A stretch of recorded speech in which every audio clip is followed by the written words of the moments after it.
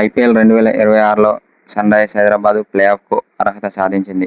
మొన్న జరిగిన మ్యాచ్లో సీఎస్కేపై 5 వికెట్ల తేడాతో ఘన విజయం సాధించి ప్లేఆఫ్కు అర్హత సాధించింది సన్రైజర్స్ హైదరాబాద్ జట్టు. అయితే అనంతరం ఎస్ఆర్హెచ్ ఆటగాళ్లపై కీలక వ్యాఖ్యలు చేసిన West Indies star player, Mumbai Indians మాజీ ప్లేయర్ కిరణ్ పొలార్డ్.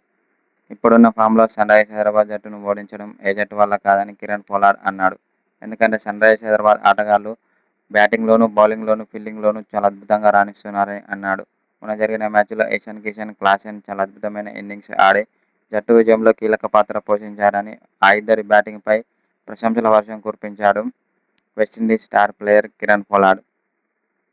ఇప్పుడున్న పరిస్థితుల్లో ఎస్ఆర్హెచ్ను ఓడించడం ఏ జట్టు వల్ల కాదని అన్నాడు. ఎందుకంటే ఎస్ఆర్హెచ్ బ్యాటింగ్ చాలా బలంగా ఉందని అన్నాడు.